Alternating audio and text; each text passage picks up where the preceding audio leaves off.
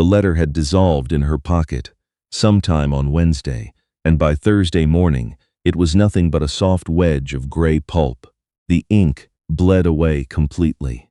Margot Dunfield held it in both hands, at the edge of a dirt road that stretched across the Alberta prairie, like a sentence that had forgotten how to end. And she tried, very quietly, not to think about what its ruin meant. The school in Claresholm had closed in February. Provincial funding, the trustee had said, his voice going careful and low the way men's voices did when they were delivering news they had no intention of fixing. She had nodded, packed her 2 trunks, paid what she owed to Mrs. Page at the boarding house. The remaining money had lasted 7 weeks, and written letters to every school board within 100 miles. The letter in her pocket had promised an interview in Fort Macleod. She had been walking toward the stage road for 2 days when the rain found her. The stage was not coming. She understood that now. She had taken the wrong crossroads. She could see it in the positioning of the hills, in the way the wheel ruts curved east when they should have gone north. Her map, like the letter, was useless. She was 26 years old. She was sitting on her trunk in the middle of the Canadian prairie, with 17 cents and the absolute, particular silence of a country that did not know she was there. She heard the wagon before she saw it. A slow, deliberate creak of timber and iron, the kind of sound that belonged to a man not in any hurry. The horse was a big bay, its coat dulled with the same fine yellow dust that covered everything out here. The man holding the reins was thick through the shoulders, with hands that rested easy on the leather and a face she could not fully read under the shadow of his hat brim. He had perhaps 15 or 20 years on her, though the sun had a way of adding years to men who worked outside. He pulled the horse up without drama. He looked at her. He looked at the trunk. He looked at the pulped letter in her hands. He said nothing for a moment. He simply looked, the way a man does when he is deciding something privately and sees no need to share the deliberation. "Stage doesn't run that road on Thursdays," he said at last. His voice was low, flattened by years of talking over wind. "I've gathered that," Margot said. Another pause. He pushed his hat back a fraction. "You have people in Fort Macleod?" An interview. Had. He nodded once. His eyes moved to the horizon behind her for a moment, then back to her face. He seemed to be weighing something. When he spoke again, it was with the directness of a man who had finished deciding. "I need someone who can cipher," he said. "Keep accounts. I've got 6 years of receipts in tobacco tins, and the bank is asking questions I can't answer because I don't know my own numbers." Margot blinked. Of everything she might have expected, pity, dismissal, directions to the next town, she had not expected that. It was not charity, it was a job. It was the only thing she actually needed. "I kept the school board's accounts for 4 years," she said, "before teaching and while." He looked at her for another moment. She had the impression she was being assessed, not for her appearance but for the steadiness behind her eyes. Apparently, he found what he was looking for. "Name's Hugh Carver," he said. "Ranch is 6 miles west. Margot Dunfield." He climbed down from the wagon without ceremony and lifted her trunk into the back with the ease of a man for whom the weight was simply not a consideration. Then he gestured to the seat beside him, not after her, not with particular gallantry, just a clear and practical motion. "There is a seat. You may use it." She sat. He clicked his tongue at the bay, and they moved west into the afternoon light, the road unreeling before them, the grass on either side the color of old straw. He did not ask about the ruined letter. He did not ask what had brought her to that crossroads, or how long she had been sitting there. She was profoundly grateful. Her story was not a thing she wanted to carry in her hands just then. The Carver place was larger than she had expected. A 2-story house of rough-cut timber, weathered silver gray, with a long, low barn behind it and paddocks that stepped down toward a creek. There were sheep in the far field, several dozen, and cattle beyond them, and a dog that barked twice and then went quiet. Hugh showed her a small room off the kitchen, plain, with a window facing east, and told her the accounting work was in the parlor. Then he went back outside, and that was the extent of her orientation. The parlor was considerably worse than he had implied. There were not 6 years of receipts in tobacco tins.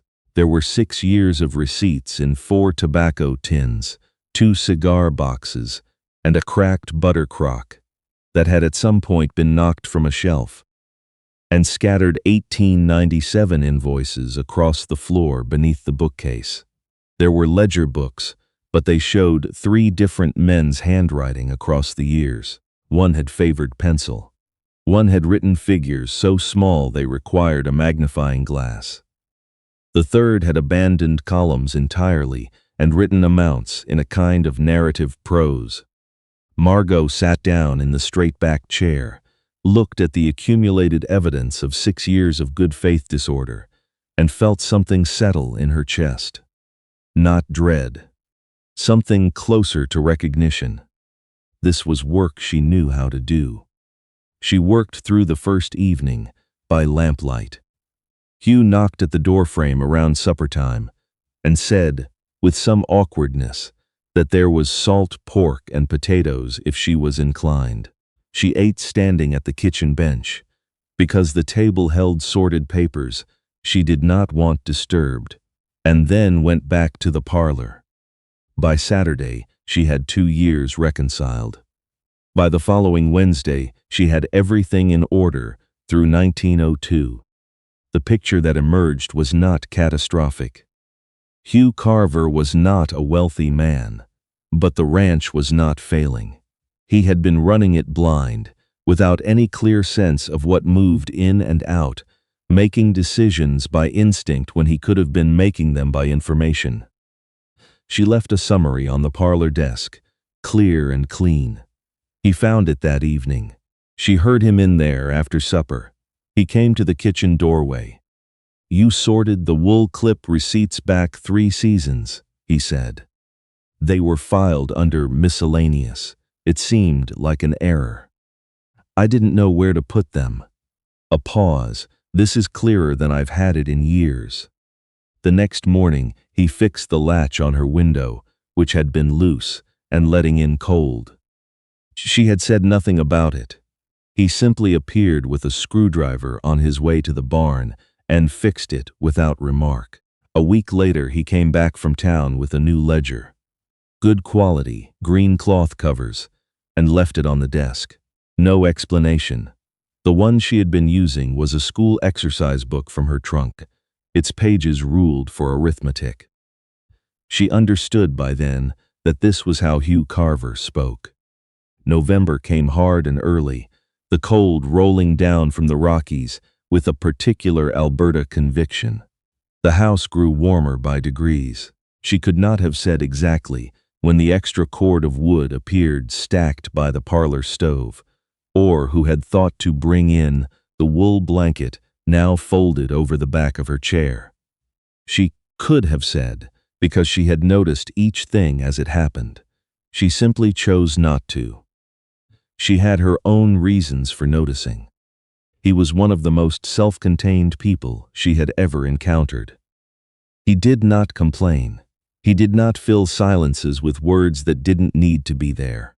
He worked before light and after dark, ate with the focused attention of a man who understood that food was fuel and also something more, and then returned to whatever needed doing.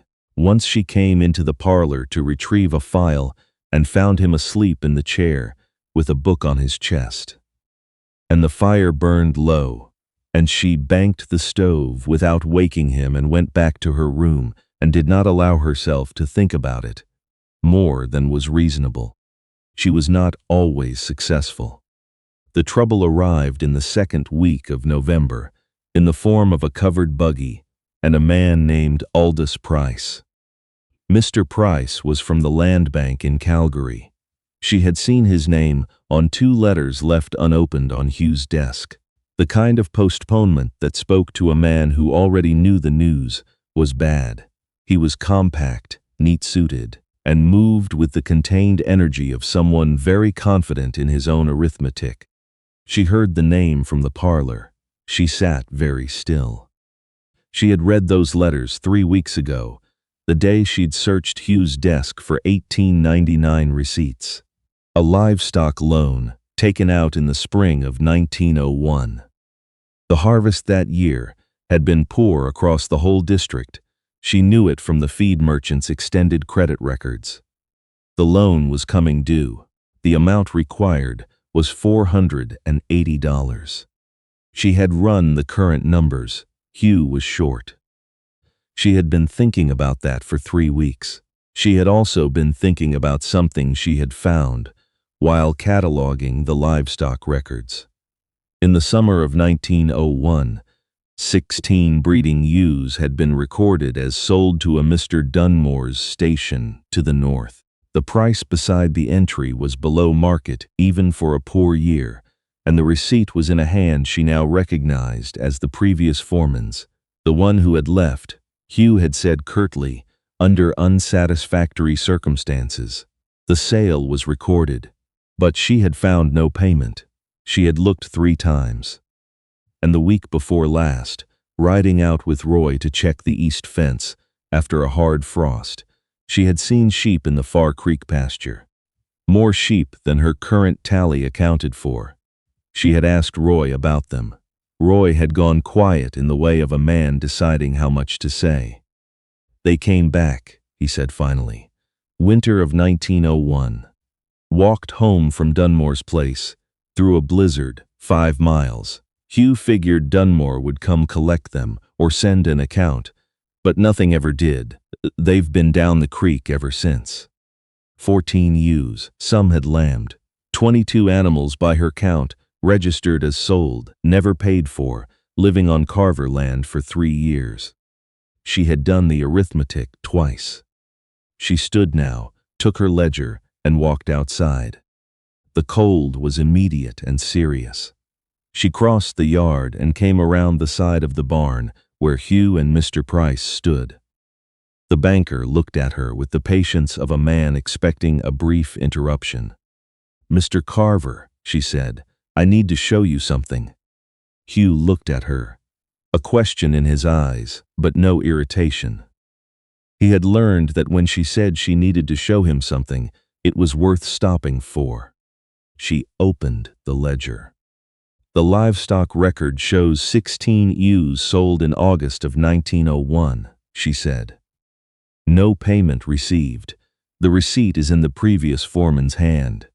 She let that rest a moment. Those animals walked back in the winter of 1901. They have been in the creek pasture since. I counted 22 this week, including spring lambs. Hugh stared at the page. Something moved through his face. Recognition, and the particular discomfort of a man who realizes he has been taken from and has been too busy to see it. Mr. Price's expression had shifted. The confidence was still there, but it had tightened.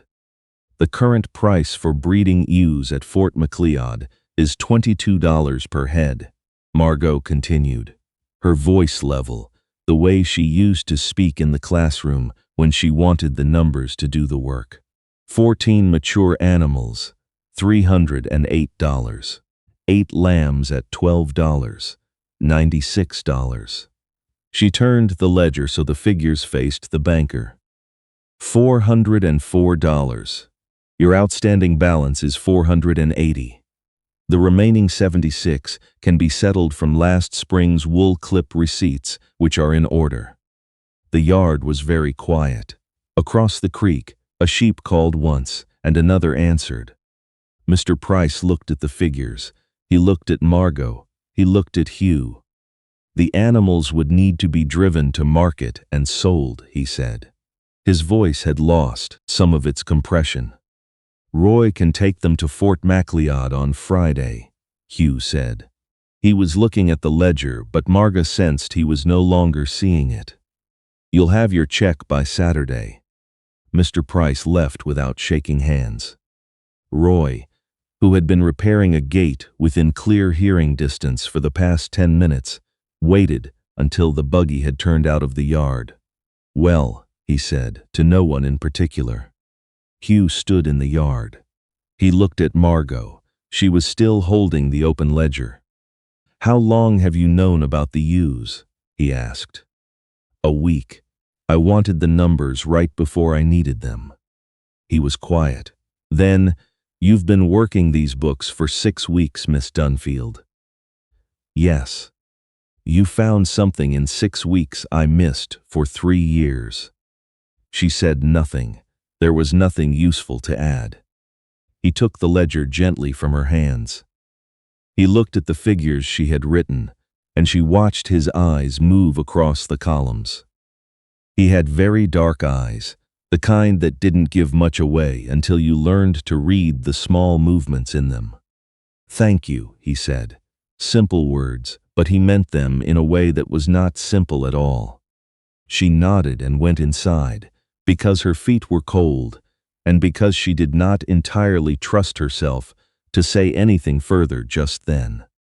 That night, Hugh Carver did not sleep. He lay in the dark and listened to the wind carrying the smell of coming snow, and thought about the shape of his life as it had been for the past several years. Since his sister had gone east and the last foreman had left, and everything had narrowed to just the work, just the grinding daily necessity of the land and the animals and the numbers, he never quite understood. He had managed. He had kept the place going. He had told himself that managing was enough. He thought about Margot Dunfield, sitting in his parlor for 6 weeks, working through 20 years of accumulated disorder, with the quiet patience of a woman who had never expected anyone to notice what she was doing. Only the results. He thought about what the ranch would look like in the spring when she left. The thought arrived not as an idea but as a physical sensation. A particular stillness, like the moment before very cold wind. He was a slow man. He had known this about himself for a long time. Slow to change, slow to speak, slow to understand his own interior. But once he saw the truth of a thing, he saw it completely and without ambiguity, the way he understood weather or the quality of a pasture. He would ask her to stay, not through the winter, not through the spring. He would ask her to stay. The snow came overnight, soft, thorough. The first real snowfall of the season. He was up before light and found her already in the kitchen with the stove going and coffee on, her hands wrapped around a cup, watching the white through the window. She turned when she heard him. She did not look surprised. She had been on his ranch for 2 months, and she had not once looked surprised by anything it produced. It came early, she said. Some years it does. He stood beside her. The light was that particular gray-blue of a winter dawn on fresh snow, the kind that made everything look clean and possible. He had planned to be more measured. He had spent the night finding words. Now, standing beside her with the coffee warm between them and the snow settling on the fence rails, the prepared words dissolved, and he said what was simply true. I'm not a quick man, he said. I know that about myself. I take longer than most to see what's in front of me. A pause. I see what you've done here, Miss Dunfield. Not just the accounts. This place has been different since you came. I have been. She was very still beside him. The winter position runs till April. I could offer you the spring and then the summer. He looked at her directly, the way he looked at everything that mattered. I'd like you to stay, not as my bookkeeper, as my wife, if that's something you'd consider. The kitchen was quiet. Outside, a magpie landed on the fence rail and regarded the snow with deep suspicion. Margot was quiet long enough that he had time to wonder if he had misread everything he thought he had understood. Then she let out a small breath that might, in another woman, have been a laugh. "I was beginning to think," she said, "that I was going to have to file it under miscellaneous before you noticed." The relief that moved through him was large and unexpected. "I told you I was slow," he said. She looked at him with those steady gray eyes he had been thinking about for 2 months, without permitting himself to examine the fact too closely. "Yes," she said, "you did." A brief pause. "And yes, Mr. Carver." Another pause, smaller. "Hugh, I will." They were married in December, in Claresholm, with Roy standing as witness, and the Presbyterian minister conducting a ceremony that lasted 20 minutes, which felt exactly right for both of them. Margot wore her blue wool dress, the good one she'd packed in the trunk on that October road, and she carried it well. 4 years later, the afternoon light fell long and honey-colored across the paddocks, and the books were clean and current. And there was a daughter of 3, who had her father's quietness and her mother's unnerving habit of watching everything closely until she understood it. The sheep operation had grown to nearly 200 head. The green cloth ledger had been replaced twice. On a Sunday in September, Hugh came in from the paddocks and found Margot at the desk, the afternoon sun warm on her shoulder, her pen moving in the neat hand he had come to know the way he knew the lines of his own land. He set a cup of tea beside her without a word. She took it, without looking up, finished her line, and then looked up. "The East pasture lease came through," she said. "We can expand the flock by spring. The numbers work." "They usually do," he said, "when you're running them." She looked at him for a moment, with an expression he knew well by now, a slight narrowing of the eyes. The beginning of something that was not quite a smile but was close enough. Then she turned back to the ledger. He stood there a moment longer in the good light of his own home, listening to his daughter's voice from somewhere upstairs, and the scratch of Margot's pen, and the unhurried sounds of an afternoon that asked nothing of him but to be present in it. He thought about a road in October, and a woman sitting on a trunk with a ruined letter in her hands, and the question he had almost not asked. He had been a slow man. He supposed he always would be.